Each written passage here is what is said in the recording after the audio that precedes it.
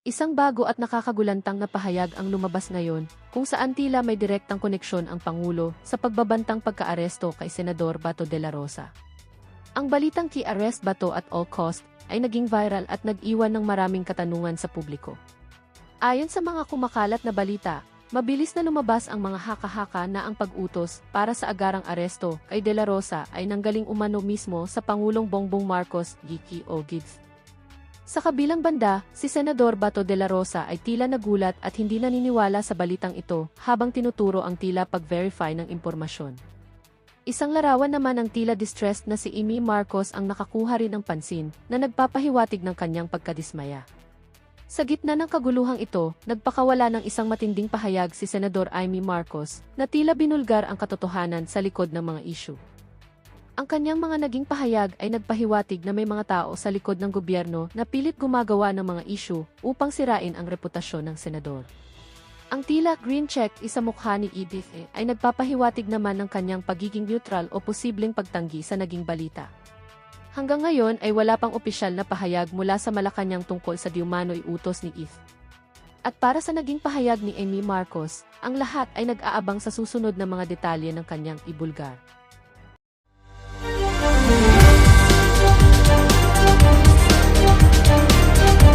Secure the senators.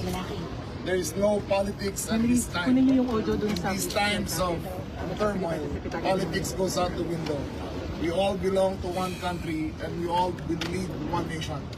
The President has given strict instructions. Secure the senators, whoever they may be. Next, we are not here to arrest Senator De La Rosa. In fact, we are here to protect him. Let that be clear. Sino nagpaputok? Yung mga taga-ICC nagpunta dyan sa Senado? Sek Janvic naman sino? Pambihira. Let that very clear. Ang tawag ho dyan, damage control.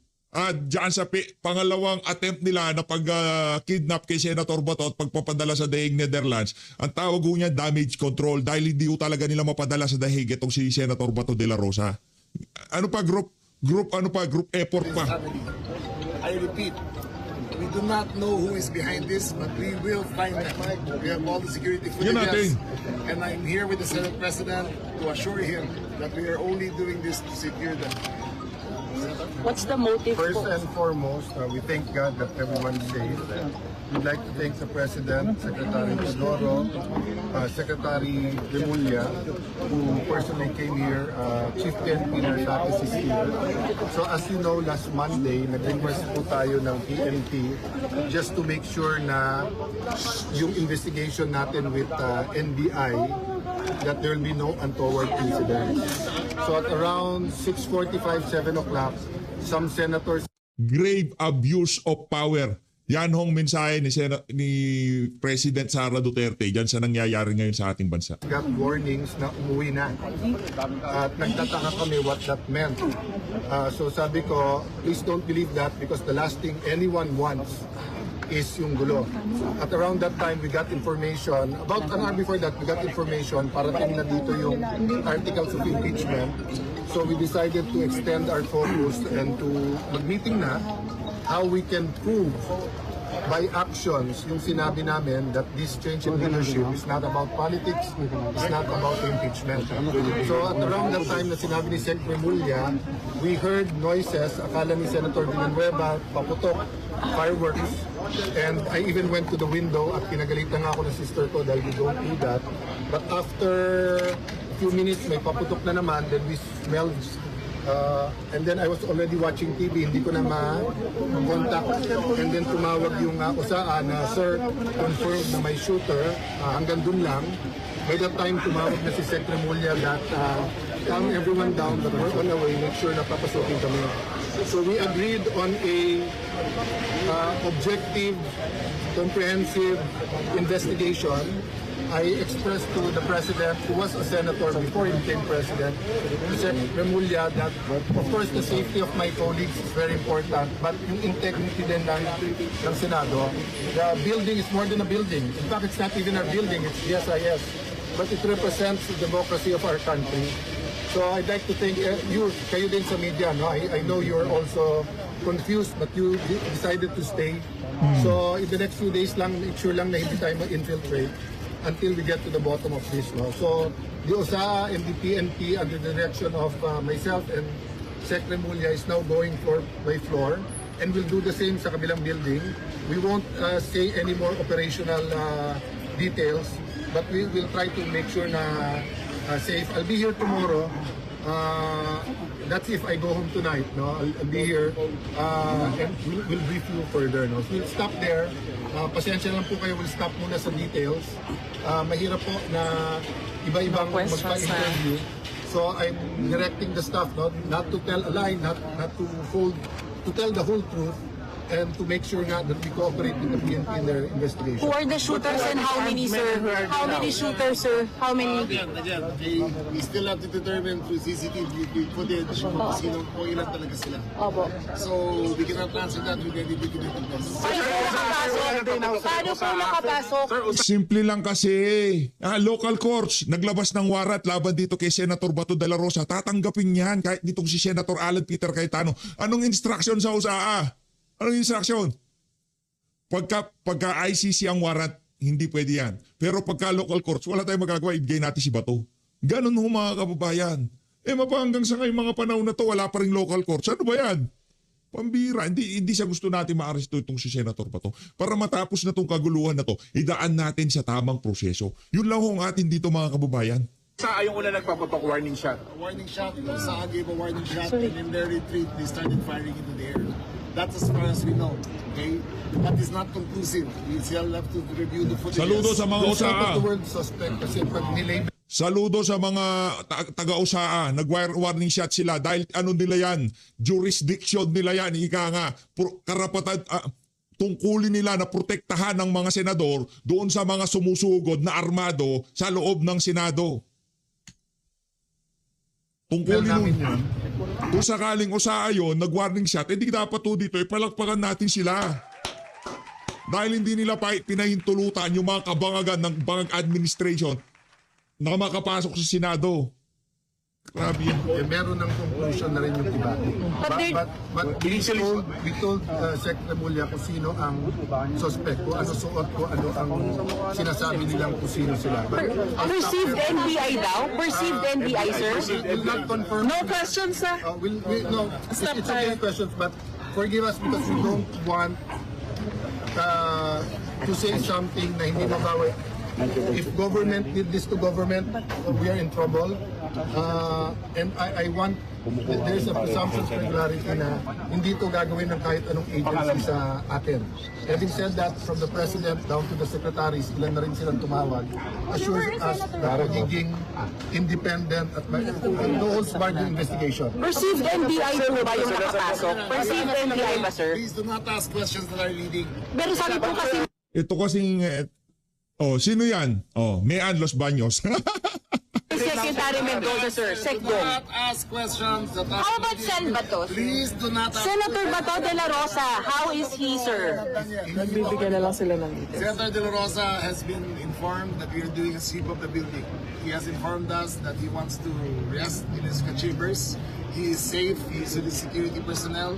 He has been informed of our activities. We have assured him that there is no warrant of arrest to be served.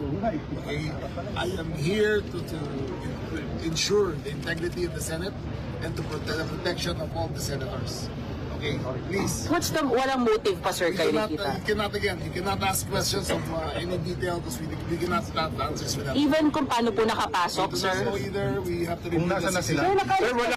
Ano ba naman yan, Sen Alan? Ba't meron tayong pa-filter dyan? Palakpakan natin si Sen Alan.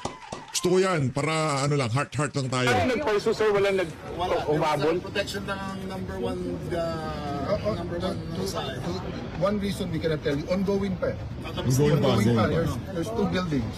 So it's ongoing and we don't want to also, what you call this, telegraph dun sa investigation. But we're all doing what we can. And USAA is there. The PNP, the Chief PNP, binigyan ng specific instructions ni SIL. But the Senate is safe. Senate is safe, sir? All the floors. We are sweeping all the floors. We have asked those non-essential personnel to leave, and we will investigate each and every person in that are not essential here. May pasok po ang Senado bukas? So far, yes. I'll decide mamaya. But so far, kasi nga dumating yung articles of impeachment at may meeting nga coordination ang lahat ng heads. Having said that, may I also appeal to any of you or anyone in the Senate kung may videos kayo na you think it will help the investigation, submit it to us. Kasi maraming allegation, maraming denial. We have FB Live, sir. Yes, We have FB yes, Live. yes. Thank you. Kung meron kayong videos, please submit it to those for our investigation. Sir, No one's done the question. Pero persons of interest meron. Wala pa rin. sir, how about the Paano magkaka-persons of interest? Kung kayo ang persons of interest, paano tayo magkaka-persons of interest? Pambihirang yan. Di ba? Wala akong tulugan to. articles of impeachment? Para sa mga kasama nating OFW dito, wala, ganito ho talaga. Kailangan hong malaman ng sambayan ng Pilipino itong mga update na to. Kaya, sa totoo ho niyan mga kababayan, gusto na ho nating magpahinga. Sabi ko, papahinga na muna ako. Dahil parang na-overcopy na ako. Kape ho yan eh. Dahil nga nangyari na naman, merong ganyang kaganapan, napakapi na naman. Hype na naman tayo. Ganyang kapiya, kasalanan ng kape. Kamusta? Was it secured? It's secure, nakaalis na rin yung mga taga. I just assure you, kung ano na sa Constitution, ano sa rules namin, may precedence din to. It's just the first time, maraming speculation, pero meron po yan. But I will be interpreted to be talking politics, especially the Commission Secretary. So I'll just assure you, kung ano ang rules, kung ano ang Constitution, ano batas, ano precedent, susundin natin. Is the Senate safe? Is the Senate safe as of now? We're making sure that is now, but I can tell you, especially for me, that I feel na cargo ko yung lahat ng empleyado at lahat ng mga senador, lalo. Good luck na lang ha sa ano yan, kumbaga sinasabi ng korte ng executive yan sa yung TRO na ni Bato de la Rosa ha. Siguro dito sa nangyari na to mas titibay, mas mapagtitibay ng Korte Suprema na napahintulutan yung TRO para dito kay Senator Bato. Base sa nangyayari na yan. Anong dahilan? Why the rush, ika nga, di ba, ng mga Inglesero at Inglesera? Di ba, ba't kailangan madaliin to? Para saan?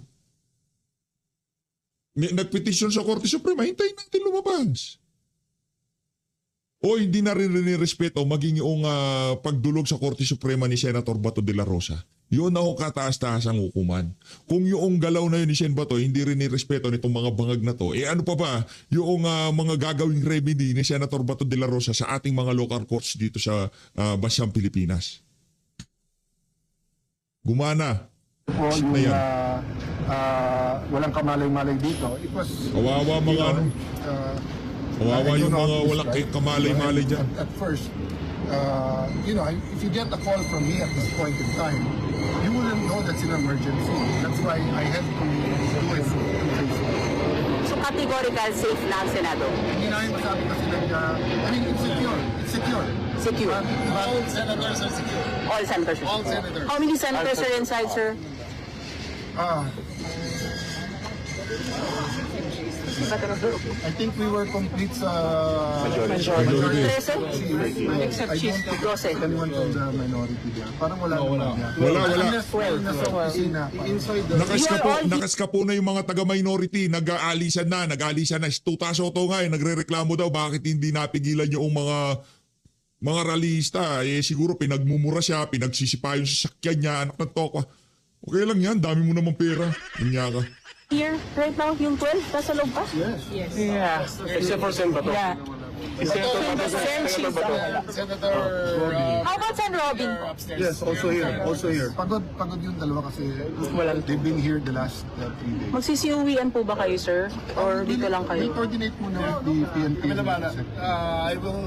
Advice na It is my duty to ensure that Sinasabi ko ginugulo ni Trillanes, aayusin ni John Vic malangpahan.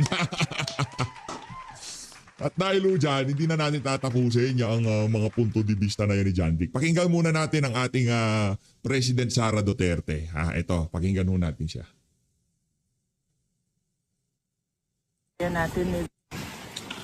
What you are witnessing sa bayan natin is grave abuse of power And mag-usap lang tayo mamaya. Sige, ma'am. Yan o, maliwanag o ang sabi ni President Sara Duterte na ang nasasaksihan natin ngayon grave abuse of power. Ha? Maliwanag ho yun mga kababayan. Dito ho tayo kay Mangga. Ito yung mga update sa FB page niya. Ano ba yung nakalagay dito sa ating ano na to? Sa post niya na to. Ha? Ano ba sabi niya dito? Ha? Bakit nagkakaputukan dito sa Senado? Hindi ito normal. Hindi yan normal kasi bangag nga kapatid mo. Talaga bang dadakpin na kami lahat? Pinagbabaril na kami dito. Naku, yari tayo dyan. Ito, game. Ayan o. Ayan o. Yan o. Ayan o. Ala, pumapasok bakla na eh. sila lahat. Ano ba Ala, yan? Bakit ala. nagkakaputukan dito sa Senado? Hindi na ito normal. Hindi na normal. Ano ba naman to? Talaga bang dadakipin na kami lahat? Bakit kami pinagbabaril dito sa labas habang nasa loob, mapayapang nagkukupo? O, nandito kami at nagsisiksikan kami sa isang maliit at madilim na sulok dito sa kwarto ng SP habang nagpuputukan pa rin sa gilid at nagtutulakan pagkat pilit na pumapasok yung mga NBI at yung kanilang mga kasamahan na may mahahabang baril dala-dala. At pinagsuot na nga ako ng bulletproof ng aking mga security. Ganun pa man, hindi tama itong nangyayari. Kung nais nilang dakipin si Senator Bato, hindi nila dapat ipinsala ang institusyon ng Senado, ang building ng Senado at ang mga senador. Hindi po tama itong nangyayari at nananawagan kami sa mga opisyal kung kayo ay busy o may ginagawa o kung ano. Paano dudulog yung kapatid mo? Di ba sabi mo nga adik? Anak ng toko, adik yung kapatid mo. Ikaw na mismo nagsasabi. Mananawagan ka pa? Kanino ka mananawagan? Sa judiciary? Pambirang yan. Ano pa? Pwede ba? Tulungan ninyo kami rito. Yung mga sundalo natin wala nang pakialam sa soberanya ng Pilipinas. Diba? Kasi kung meron silang pakialam, ano ba to? Mga Marines. Di umano mga Marines, di natin alam, nagpanggap na Marines o kung ano man, sino man yung mga yan. Naka-uniforme, pinasok ka Senado. Di umano ha? Developing pa rin yung story na yan. Nakita nyo naman yung mga larawan, di ba? Yung di umano, Marines yung uniforme na yun. Bihira. At nagpapasaklolo na yung mga senador ng ating republika. O, nandito kami. Next. How many shots were fired? I think it's only 50. Fireworks. We thought it was fireworks. But I don't smell corday. Kanina, we finished strong. Okay, let me get to the bottom of it. Everybody's here. Okay, Half are in the other rooms. okay, let me get to them first. The president. Ang hirap nito, executive na nga sa larin, sila pa hero. Good cop, bad cop, no? Bangag na bangag na datingan. Baba na tayo tapos tayong magliligtas sa kanila. Halakpakan. I will one thing lang. So Vince called, said the same thing, and I said, Vince, I believe you. You're my friend. I believe you. But he was saying it might be an inside whatever job. I won't think. Sabi ko lang, Vince, independent investigation, yes. But I just wanted to know, when we were meeting 2 hours ago, there were some staff pulling out, and our staff here, umiikot kasi. They told our other staff and other senators, pull out, may mangyayari. And even our deputy secretary, will tell you who she is, she got the same text, and she told yung kausap niya na, I can't believe we're waiting for the articles of impeachment. So I mean, if it was an inside job from our side, from the 13, we wouldn't have been receiving. Just to make it. Napakalabo ho nung inside job, anak ng toko, gagawin nila yan? Bakit alam nitong si Tuta Soto, mabilis pa sa alas 4, kumari pa siya? Kung inside job yan. Pambihir. Yeah, we'll get the bottom. I don't have what you have to know. Is that there is another entrance in this building? Yes. And they were drilling holes from there. Yes. So, And I told Vince, when we said, I told Vince, if it was from us, si Mao reported to me, they're inspecting even senators from administrator na just they're inisa-isa na lang. So this all happened, it's not because Mao called the administrator and calmly talked to him and asked why is it then it all happened. Okay. this happened. How many shots? Next. Opo, grabe ng kalokohan to. Lahat sila nagtatanggi, DILG, hindi daw nila ginawa. Andito si John Vic, sabi niya wala daw siya kinalaman dito. PNP, wala ring alam. Ang NBI, dead ma rin, hindi rin nila alam. Pati ang ating Pangulo, sabi nila, hindi rin nila alam. Lahat walang may alam. Pero ang NBI, buong tapang na sumugod dito sa Senado, nagpaputok at kung ano-ano ang pinaggagawa. Kaya isang malaking himala ito nangyari sa Senado, isang kahiyahiyang pangyayari sa araw na ito. Sa kagustuhan lamang nila na madakip si Senator Bato na kayang-kaya namang gawin. Kumuha lang sila ng warrant sa isang korte na Pilipino. Hindi yung ganito na talagang tatakutin ng mga senador, magpapaputok, sisirain yung institusyon natin at magbibigay ng sadyang kahihiyan para sa ating bansa sa buong mundo. Opo, grabe. Next. Andito kami at yung karamihan ng mga senador nagsiakyatan para bisitahin si Bato kung okay pa rin siya. Dahil kami nagtataka at nagdatingan yung mga opisyal na kada isa, kanina, hindi sumasagot sa amin, denied to death sila. Sabi nila lahat na talagang wala silang kinalaman. Nag-umpisa sa ating PNP, dumating si John Vic Remulla, wala rin siyang kinalaman. Ganon din ang NBI, dead ma rin. Lahat sila walang alam pero putukan, tuloy-tuloy. Ganon din, kinausap pa si Presidente Bongbong, si BBM. Sabi din, hindi naman daw niya utos yun, ba't daw nagkaganon? Andito pa kami, kanina pa kami narito, pero talagang walang umaamin, walang may alam, lahat sila gulatan. Hindi ko maintindihan. Nako, nagkakaputukan na dito sa inyong Senado, amoy usok na sa lahat ng sulok, hindi namin mahanap ang aming mga kapwa senador. Ano dito, baka ang plano talaga dito, kunyari investigasyon, mag-aano yung mga nasa loob na yung mga pulis, kasi paikot, di ba, kahit declare crime scene yan o kung ano pa man, di ba? Tapos, biglang halugugin lahat ng mga kwarto at itong si Senator Bato, dakpin ho nila. Hindi ho natin alam. Ano ba talagang pinaplano nitong mga siraulo na to? At hindi kami makapaglabasan, eto, ang sabi nila, talagang denied to death. Pero ang sabi ng NBI agents, inutusan daw sila personally and directly ni BBM. Nako! Arrest Bato at all costs, kahit sino pa ang mamatay, kahit sino pa ang madali, basta pasukuin si Bato. Ngayon din. Kaya't di na namin maintindihan ano ba totoo. Mukhang wala namang nag-utos nito. Bakit nagkaroon ng Senate siege? Andito kami at Next. Itong si Mangga, marami ho siyang ganap ngayong araw na to. Marami siyang ganap. Next. okay, ngayon bibisitahin ko muna itong opisina ko. Hindi ko alam kung ano na nangyari sa aking mga tauhan kasi kanina nagputukan, patay lahat ng ilaw. Ngayon lang ako nakaakyat eh. Grabe itong nangyari dito. Bakit naman inatake yung Senado? Hindi ko akalain na mangyayari ito dito sa Senate ng Republika ng Pilipinas. Ganito na lang ang turing nila sa amin at ang balita, palibhasa lahat sila nagdi-deny.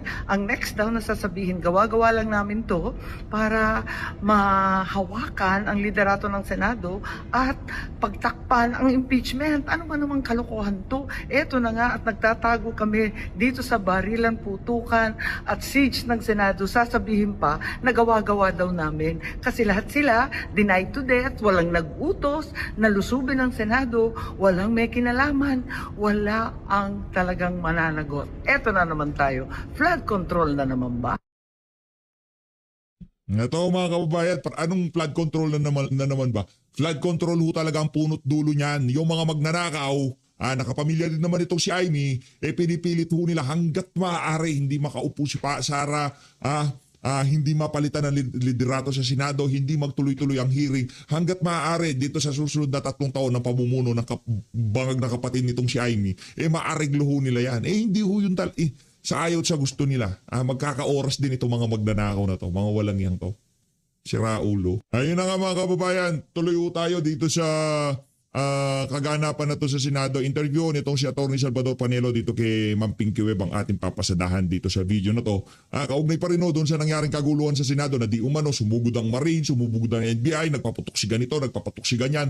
Kung ano pa man ang kadahilanan, napakalaking kabalbalan ho niyan. At ito ho ang ating sigurado dyan. Hindi ho tatakbo si Tuta Soto, hindi tatakbo yung taga-minority ngayong mga panahon na to kung ika nga inside job yan at galing sa majority ang kaganapan na yan, unang aalis to mga minority na to at papaalam sa kanila na mayroong mangyayaring ganyan. Malabuhong mangyari yan, mga kababayan. Kaya sa pag-alis ng mga minority na yan, bago yung napakatinding komisyon na yan, meron kong ibig sabihin yan. Sino ang nag-tip dito sa mga senador na to? Sinabi na rin naman nitong si Amy Marcos na utos daw nitong si Marcos Jr. at all cost ang pag-aresto dito kay Senator Bato kahit na meron pang mga madamay na mga senador o mga sibilyan o kung sino pa man. Galing ho yan kay Amy Marcos, hindi ho atin mga kababayan. Game! And you, amid speculations that Senator Bato de la Rosa could be arrested today. Let's get an update on the Senate from Hannah T. Hannah, go ahead. Yes, Vicky. Actually, just a few minutes ago, we saw Hannah. Go ahead, sa Hannah. second floor ng Senado. This is after... Yes, Pinky, can you hear me? I can. Go ahead, please. Pinky, can you hear me? Yes, yes. Pinky, we're here at the second floor ng Senado. At currently, hinihintay natin yung meeting with senators na matapos dahil dito yon, Pinky. Actually, this is where we're currently staking out. At on the left is Senate President Alan Peter Cayetano's office kung saan inaasahan natin anytime soon lalabas yung mga senador at yan ay matapos yung pag-announce ni Senate Sergeant at Arms Mau Aplasca ng meron daw silang i-arrest na senador na isang individual, and currently actually just a few minutes ago we were able to talk to Aplasca because sinabi ng USA mismo sa atin na there's gonna be a dangerous situation dito sa Senate matapos yan yung pagdeklara ng lockdown kung saan yung mga Senate employee ay nagsiuwian na. Pinky, we personally saw Aplasca talk to House Secretary General Chaloy Garafil na nakarating dito para i-transmit yung articles of impeachment ayon mismo kay Aplasca. We weren't able to talk to Garafil though, but we saw that she went up sa 6th floor ng Senado kung saan nandoon yung opisina ni Secretary Mark Leandro Mendoza of the Senate. So siya kasi yung dapat mag-receive ng impeachment articles. Pinky, sa ngayon, Senate media yung nandito. Hinihintay natin kung magkakaroon ng interviews dito sa... All right, we're losing Hannah there. I believe she's using her phone and the communication over there Second floor. has Tao become dito. spotty. Okay, Hannah, go ahead. And we think that the factor of all of this is marami nga yung tao kaya bumabagal yung Wi-Fi dito sa Senate. Pinky. No problem. Hannah, okay, so we're also getting some feed. I know you are inside. Meron din kaming nakikitang feed from outside the Senate that we're airing right now kung saan ilan sa mga, it appears, vehicles are entering. I think, are they entering the Senate premises? But let's go back to that a little later on. Hannah, yung sinasabi mo kanina na Philippine Marines, are they still there? Yung sinabi mo in full battle gear, did you see them again? No, Pinky. Actually, right after our interview, our report sa agenda kanina, umalis na rin itong 6 na personnel na nakita natin in full gear. At wala na tayong nakikitang kahit osaa in gears dito sa second floor ng Senado kung saan hinihintay din nating lumabas yung mga senador. Okay. So, merong mga ilang pulis talaga na spotted kanina naglalakad at si Senator Bato de la Rosa naman ay galing din doon sa opisina ni Senate President Alan Peter Cayetano. Kanina kasi nakita natin kasama niya yung ilang majority senators, kasama sina Senators Amy Marcos at Joel Villanueva. Si Senator Robin din na naispatan natin at sinabi niya hindi raw siya uuwi dahil nga nandito si Senator Bato at magkakaroon sila ng pagpupulong with SP Alan. Pinky. All right, Hannah, we'll get more information from you. Papasok ka namin as soon as there's more update there. Hannah, thank you so much. Catch your breath and we'll get back to you a little later on. Hannah's been covering the events over there at the Senate. Balikan na lang po natin siya maya-maya lamang. Kausapin natin ngayon, former Chief Presidential Legal Counsel, Attorney Salvador Panelo. Attorney Sal, thanks for being here. Just a quick reaction on what's happening in the Senate. Deja vu. Deja vu. It's a repeat of what happened to the former president. They're going to enforce that illegal warrant of arrest without going through the process as imposed by the Constitution and by the law. They've been saying that it falls under 9851. Pero ang problema sa kanila, hindi nila tinitinan, may dalawang kulatili ron. Ang nakalagay doon, in the interest of justice. So ibig sabihin, ang tanong ko ngayon, is it in the interest of justice that we surrender a Filipino citizen to a foreign tribunal that has no jurisdiction? And then sa bandang muli, if you will apply the surrender as well as the extradition, nakalagay doon, in accordance with the laws on extradition. Ano ba nakalagay sa extradition? You have to pass through a court. Hindi nila ginagawa. Attorney Sal, pwede mo ba talaga gamitin yung salitang extradition? Because an extradition is supposed to be between two countries. What we're talking about is a tribunal here. It is not a state. Even then, ganun pa rin yun. But it's not an extradition. Even then, they're not using that. Ang ginagamit nila yung surrender. Okay. But then, ganun pa rin. It refers to both extradition as well as surrender Or in surrender. accordance with the law. Okay. In accordance with the law. Well, what is important, Pinky, is that the warrant of arrest issued by the ICC comes from an entity that has no jurisdiction over the Philippines. Yun ang importante doon. Yeah, but that's been your battle cry. And the people, the lawyers of former President Rodrigo Duterte.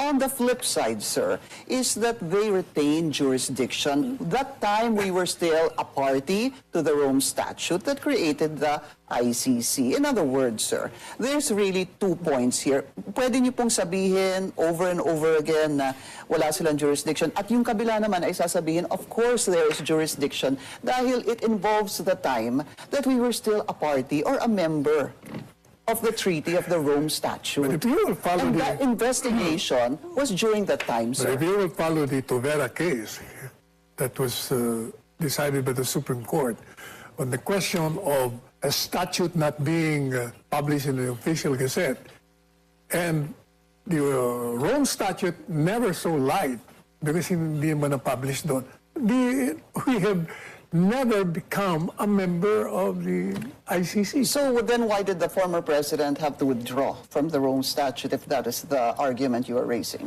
Assuming, kasi nga pinipilit nila, o sige, assuming na naging member kami, aalis na kami dyan. Kung mga ad cautelam. Yeah, but if you're saying that it was never published in the official gazette, then there's no point in having to withdraw from the ratification of the Rome Statute, which the former president did. But anyway, sir, again, you know, endless po yung argument kasi there's two sides and there are so many lawyers here chiming in. No, I think the Supreme Court has to resolve kasi. I was actually gonna go there. Kasi pwede ho natin itong pag-usapan. We can have subject matter experts resource. Itong tayo pag hindi sila mag-resolve. Ganun ang So mangyayari. yesterday, you were saying that you filed a petition again before the Supreme Court. Yeah. Sir, please go ahead. Urgent Motion. second motion for the Supreme Court to resolve. Kasi sabi namin doon sa first motion namin, i-resolve nyo na kasi may baka itong ginagawa kay Bato mangyari na.